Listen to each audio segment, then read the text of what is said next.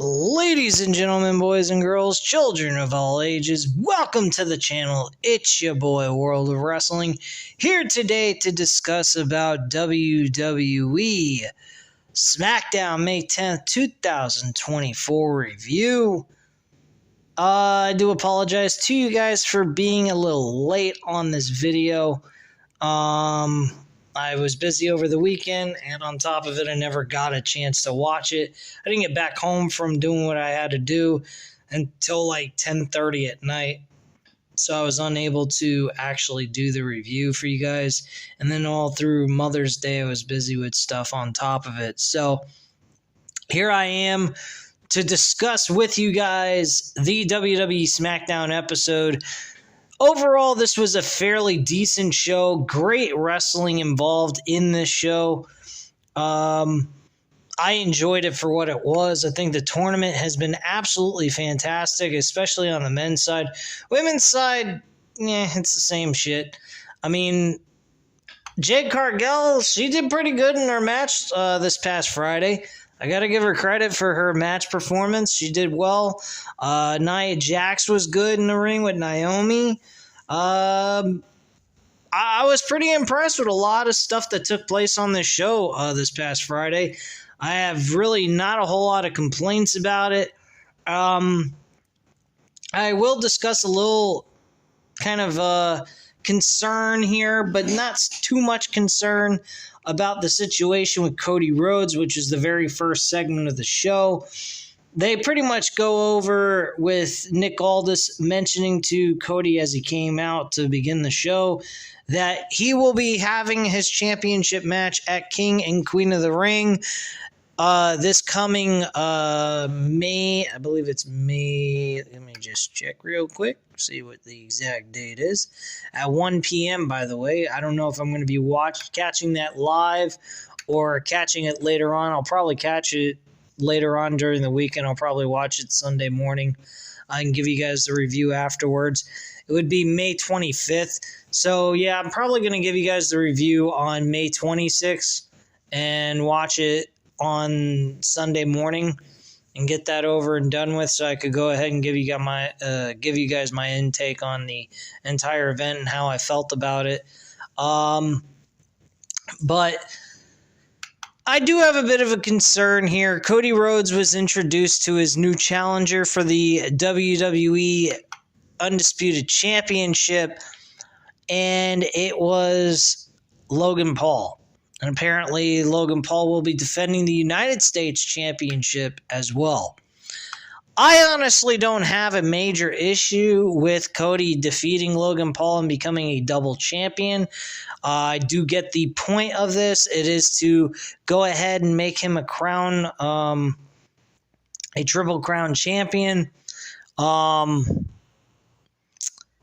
And I think that is a cool idea. Or Grand Slam champion, Grand Slam. I think that would be a grand idea to do. Personally, I think that is one of the positive things about it. One of the negative things about this whole situation is there's really no major story coming out of Cody's win here at WrestleMania. I mean, we have The Rock's kind of hinting that he's going to challenge for the world title later on this year at SummerSlam. That's when I believe they're going to have the match. I don't think we're saving this for WrestleMania. I don't know. I find this to be a little concerning. I think they're just kind of playing it easy, not doing anything extraordinarily out of the way.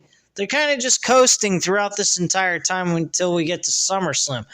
I don't particularly like that idea. I would like to see him in a major rivalry that carries on all the way to SummerSlam or something close to that, or at least to the Money in the Bank pay-per-view. I mean, if they would have booked this match right after WrestleMania, I would have been okay with this. And then we could have built off of AJ Styles at King and Queen of the Ring, and we could have had this storyline go all the way through until Money in the Bank. That I would have been cool with. Made the final match in a stipulation type of match, like maybe a ladder match or a last man standing, something of that kind of nature. I would have been totally cool with that idea. This to me, it's all right. It's a filler. We know that Cody's not losing to Logan Paul, obviously. The only way I could see that this turns out to be no one wins any title is that there's a shit finish. I think that would be a shitty thing to do at this point, causing Cody to have a double count out. I mean, unless you're trying to extend this, I have no idea. Logan Paul was pretty much hyping himself up as usual, saying this is the Logan Paul Levesque era. Allowed Logan Sucks chant fires up. Hold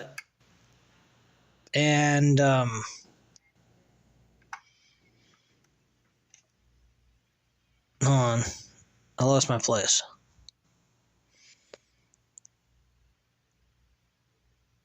Oh, yeah, and then Rhodes says, champion versus champion is a challenge he likes, holding not one but two championships. I think it works out very well if you think about it. He's the American Nightmare. His dad was the American Dream. The U.S. Championship signifies the average Joe, really. That's what his father stood for the average normal guy of everyday life. Cody holding that title that his dad held at one point is definitely a great way of kind of like, you know, paying homage to Dusty Rhodes and giving the Rhodes family a hold on the U.S. Championship. I think it would give it some value as well. I think Logan Paul has been doing a good job with that belt. I'm not saying that he's been a shit champion. His defenses have not been... I mean, the way he ends his matches is kind of weak, but he's a good wrestler. There's no doubt about it. Whether I like him or I don't like him, I truly don't like him at all. I absolutely despise him. I can't stand him at all. I think he is a fucking shitty person. But as a wrestler, I can't deny him of his flowers and his kudos here. As a professional wrestler, he's fucking unbelievable. But as a person, I wouldn't care to meet him in a dark alley. The only thing I'd do with him in a dark alley is beat the living tar out of him until there was nothing left of him but to scrape him off the concrete. But with that aside, I think that this, as a one-off, is a good match, but it doesn't give us a good story to go into leading into SummerSlam. I think all we're doing here is just giving champion after championship opportunity from one challenger to the next. And I kind of would like to see them making a serious story out of Cody Rhodes' run besides with The Rock.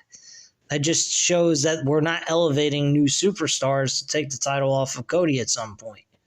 And I don't particularly like that. He mentions that Paul is the longest reigning champion in WWE at this present time, which is true, sadly enough. Paul claims to be the greatest attraction in this company and had the greatest rookie year of all time. Paul is a superstar. Paul shouts to a person in the crowd with a birthday sign and says he met a superstar for his birthday. Paul points out that Rhodes is a superstar as well, so he gave him props, which is nice. Rhodes won the 2023 Royal Rumble and 2024, which he forgets to mention that. But everyone remembers his viral midair collision with Ricochet, which is why he brings that up, because of that one moment. Rhodes won WrestleMania, but everyone was talking about I Show Speed and Prime, which, by the way, Prime absolutely sucks. And I mentioned that when I was in the crowd during the Royal Rumble pay-per-view event against Kevin Owens. Somebody screamed, Prime sucks. And so Paul drops some nutrition facts about it and tells them to shut up. Since that night 3 years ago, Paul has been rocket fuel for the spaceship that is WWE, talking about their debut at WrestleMania 38. By the way, Prime is not a healthy drink. I came across an article that mentions that Prime is actually very dangerous, has ingredients where they've given cancer to people, and there's a lawsuit on Prime, the company itself, for putting these type of ingredients to endangering people's health and lives. So that's kind of interesting. And he's saying Prime is a nutritional drink. Right. Prime is a shit drink that I wouldn't put in my body if you paid me. Not to mention, even if you paid me, you'd be endangering my life anyhow. So, there you go. Anyway, moving past that, I'm not truly, I'm okay with the match, but I do understand that there's some concern here that we need to get some story development for Cody leading into SummerSlam, not just booking a challenger month to month. I think that's going to become very stale until The Rock comes back. I think that's shit. And I hope that Logan Paul is not the one that he builds this story off of, because I don't particularly care to see Logan Paul in a 3-month rivalry with fucking Cody Rhodes. I'm sorry. Anyway, moving on. Caleb Braxton's backstage with AJ Styles. How prepared is he feeling for Randy Orton in the King of the Ring first round match? Styles wants to talk about Backlash. He had Cody Rhodes on the ropes and he had him beat. Everyone knows it. Leon France knew it and chanted to distract him. It should be Styles facing Logan Paul defending his championship. Next time he and Rhodes meet, AJ Styles will beat him. Styles will earn a chance to get another title shot. It starts tonight. Winning the King of the Ring tournament is a phenomenal step in the right direction. Obviously, he did not do that. I think that is going to be the finals, Randy Orton versus Gunther. I think that is a great main event for the King of the Ring, final match for the King of the Ring. I kind of hope that the King of the Ring finals for the men is actually the final match on the show. I think that should be the final match. I think the WWE Championship should be maybe the opener or mid portion of the show to like the halfway point. So I think that's where Logan and Cody should go, is probably either the opener or halfway through the pay-per-view. After a boring-ass match that nobody cares about, and then put them on there to get the crowd really going again. I think that's probably the best placement of the match. Not the main event. I'd rather see Randy Orton and Gunther as the main event of the King and Queen of the Ring. That's just my viewpoint on that. Let me know what you could think in the comments down below. Let's see here. So Naomi makes her way to the ring. She's having a match with Nia Jax. Nia Jax beat Naomi in this match. Fairly decent matchup. Very entertaining. I mean, not very entertaining, but it was entertaining, being a Nia Jax match. But she was in the ring with Naomi, who's not a shit wrestler, but Naomi's looking like a fucking jobber. I mean, made to be somewhat relevant, but a jobber nonetheless. So I'm not too keen on the whole road for Naomi. I think maybe Naomi needs to be in the bloodline. I think that's probably the best thing they could do for her at this point. I mean, she is married to one of the Usos. I don't know which one it is. I think it's Jimmy. And if so, I mean, I'd put Naomi with the bloodline. Just saying, the old bloodline, not the new one. The new one, I don't see the point of her being there. That would be kind of asinine and ridiculous. If Jimmy was there, then that would have made sense, but it is what it is. Nia Jax advances to the Queen of the Ring tournament. Jax will face the winner of Jade Cargill and Piper Niven. Piper Niven and Jade Cargill match. That was actually quite interesting. I thought she did well in this match, believe it or not. and I shit on Jade Cargill a lot. She did fairly decent in this match. Do I particularly care for her still at this point, even though she had a good match? No, not really. I don't give a fuck. Brian Saxton finds Baron Corbin backstage. Corbin is replacing... Excuse me about my computer making that noise in the background. Corbin is replacing Bobby Lashley because Bobby got injured during working out, which I think is probably a storyline, and that was to put Corbin in because they did the same thing with Drew McIntyre. I don't know, maybe it's a legit injury, who knows. So Corbin's promo here was generic babyface type of shit, but his in-ring wrestling with Carmelo Hayes was really good. I was very impressed on his performance this past Friday. I think him and Carmelo Hayes did very well together.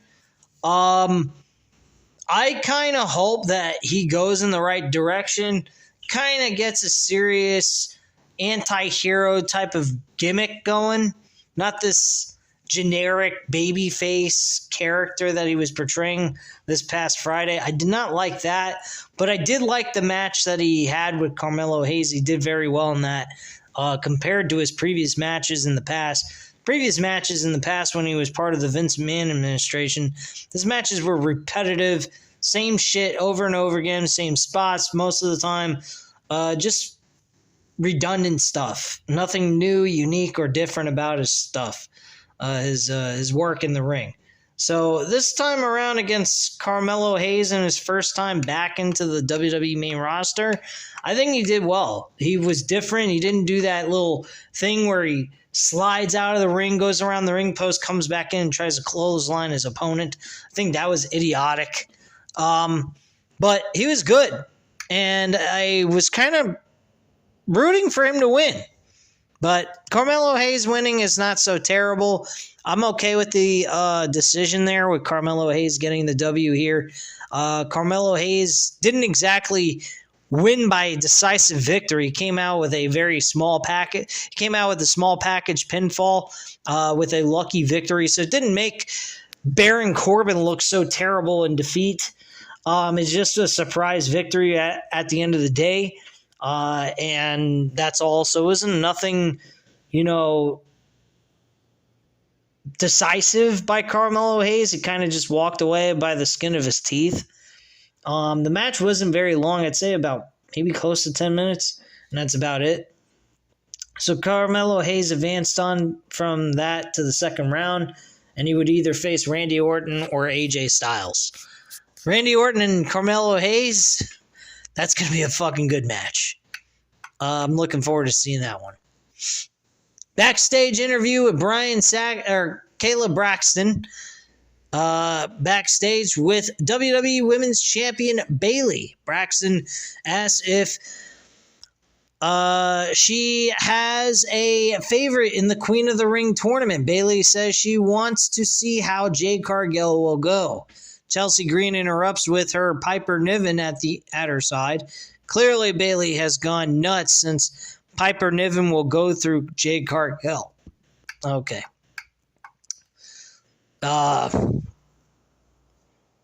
Elsewhere backstage, we had the WWE Women's Tag Team Champions Jade Cargill walking to the ring. Then we come back. We have an interview with Randy Orton. Saxton says that Orton is a favorite, but they also say that about his opponent, AJ Styles. Orton says he accomplished so much in WWE, but never won the King of the Ring. Everyone knows AJ Styles is great, but it'll feel phenomenal when he hits him with an RKO. Orton tells Saxton to stay tuned. That reminds him this is for Tama Tonga. The Bloodline took out his friend and partner Kevin Owens. Tama is safely on the other side of the bracket. Orton won't blindside him like the Bloodline does. When they eventually meet, he'll make sure his ass sees it coming.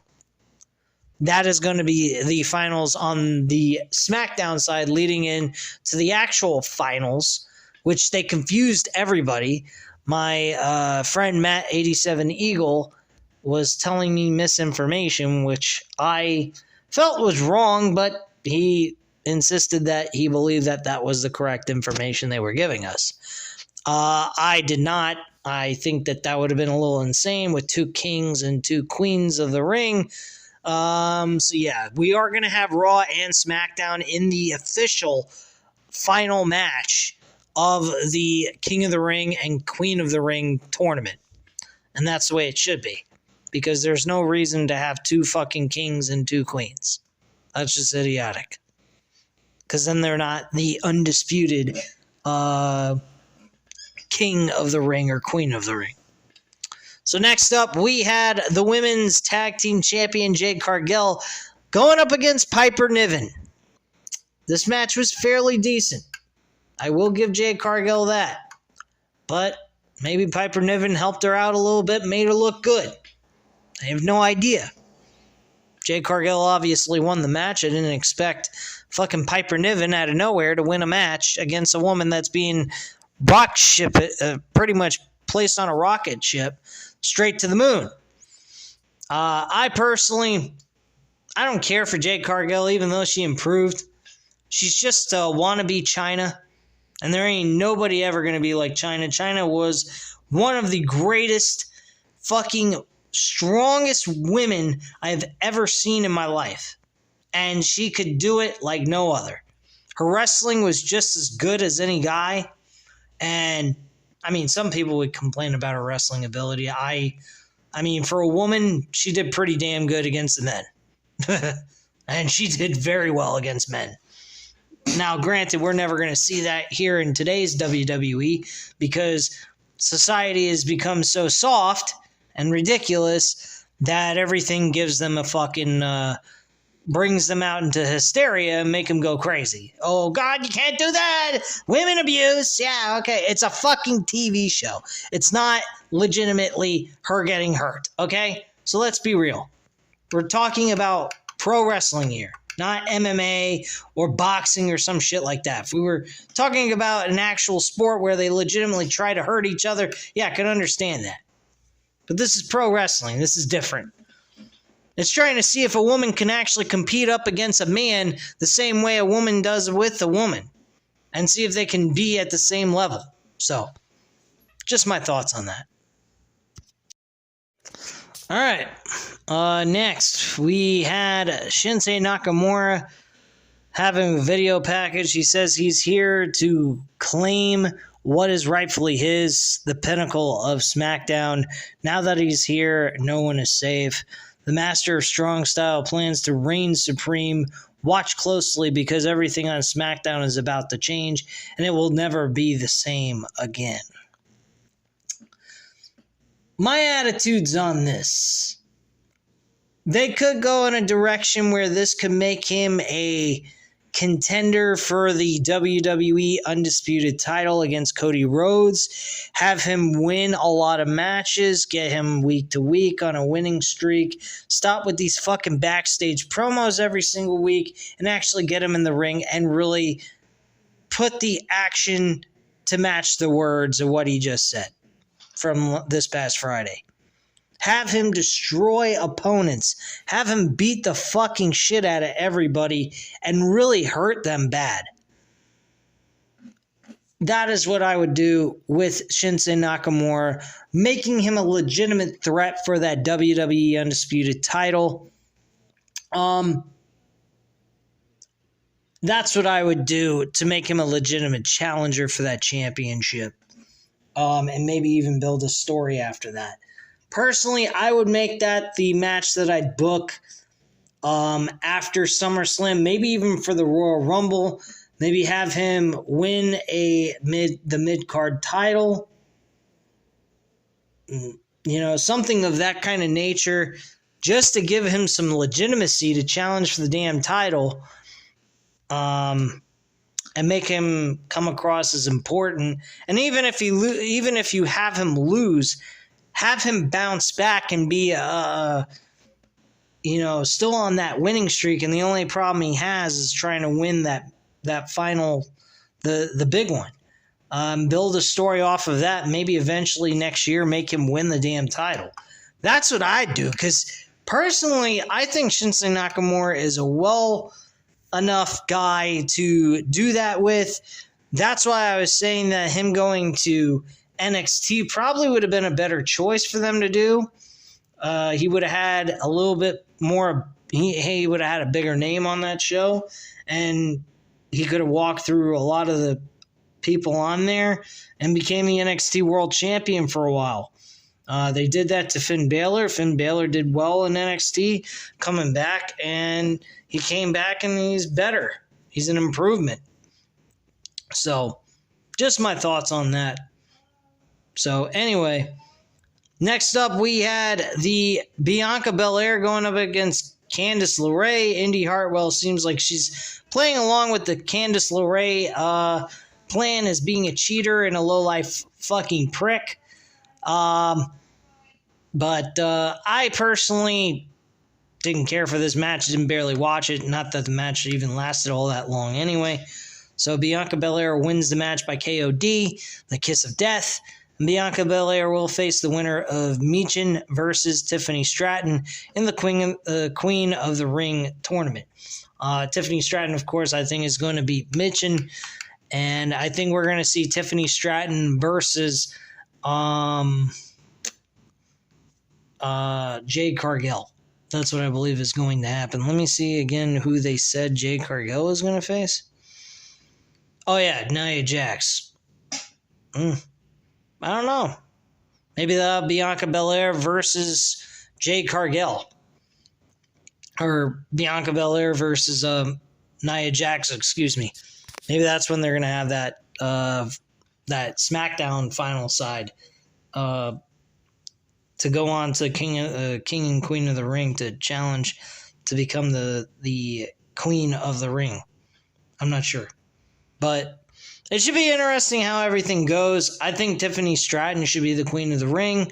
I think she should go over on Bianca Belair by winning, by cheating, in a sense.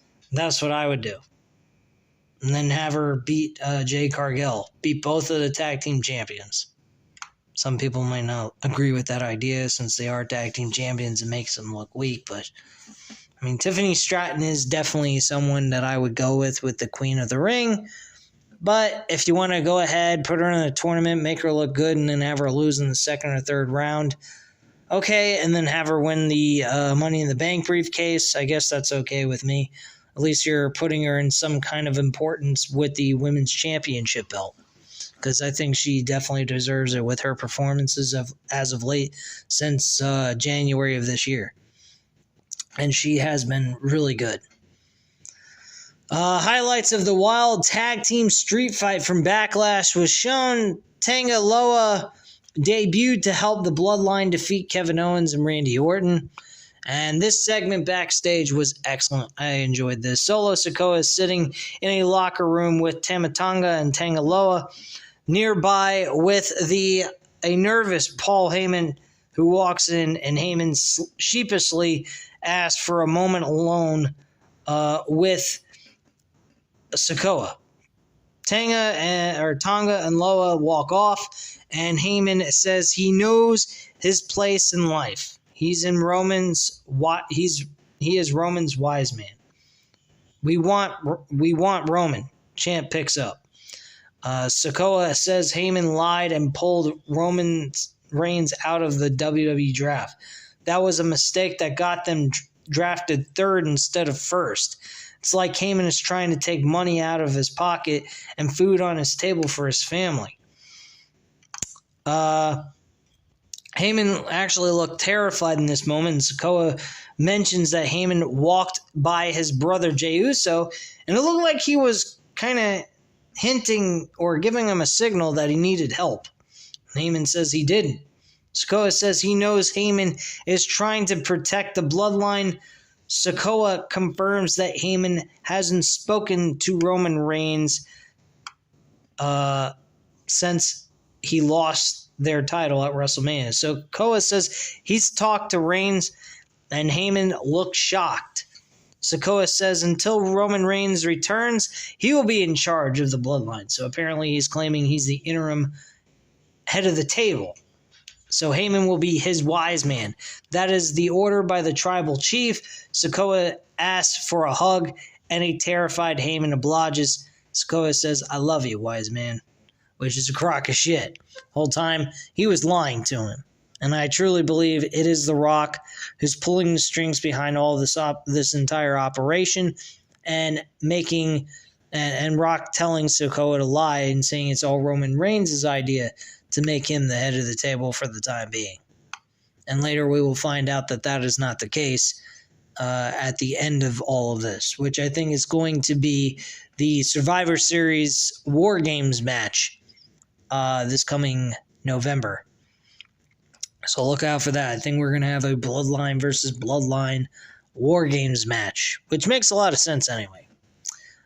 I don't know if The Rock would be in this match. I think it would be interesting, The Rock and Roman Reigns going at it in a War Games match with their groups going at each other, and then eventually pulling the Rock versus Roman Reigns match at WrestleMania 41, which I'm still contemplating whether or not to go because this is in Las Vegas, and I just recently went to Las Vegas this year for a vacation for a week, and I tell you what, I may have not done a whole lot, but I spent plenty of money within my budget, actually, so I did a good job on that. But still, I mean, I didn't do a whole lot of extremely exciting shit. It's not like I went to sporting events or anything like that, or went to comedy clubs and you know, drank till I was pissing blood or some shit. But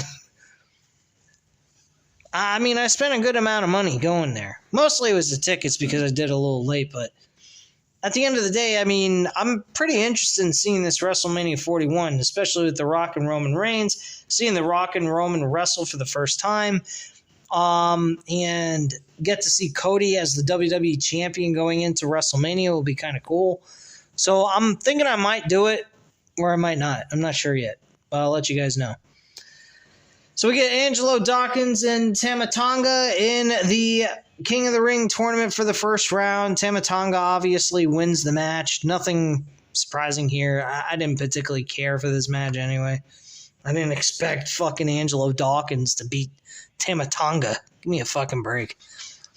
Solo Sikoa gets in the ring with Tonga Loa, and Sikoa gets Dawkins to his feet and crushes him with a Samoan spike. Heyman looks horrified at what he is witnessing.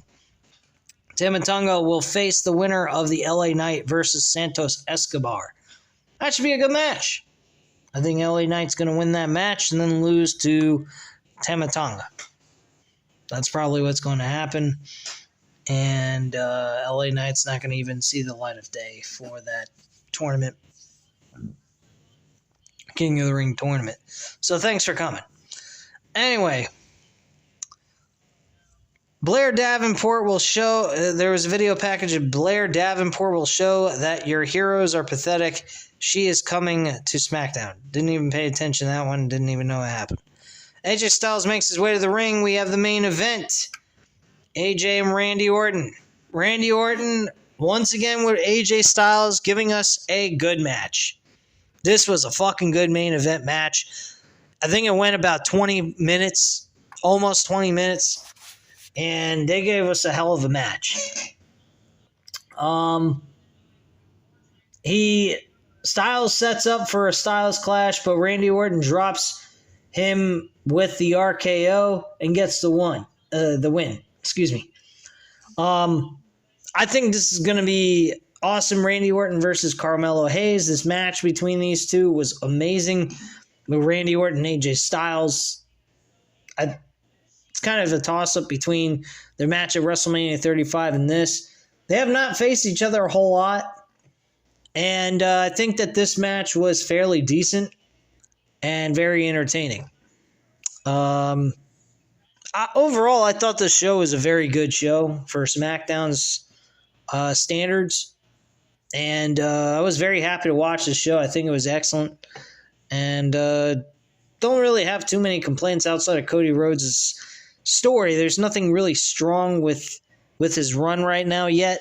I hope we get something developed here that's a serious storyline that makes his run as champion important. Because I said this before they made him champion. Do we have a strong story for Cody Rhodes going into after WrestleMania?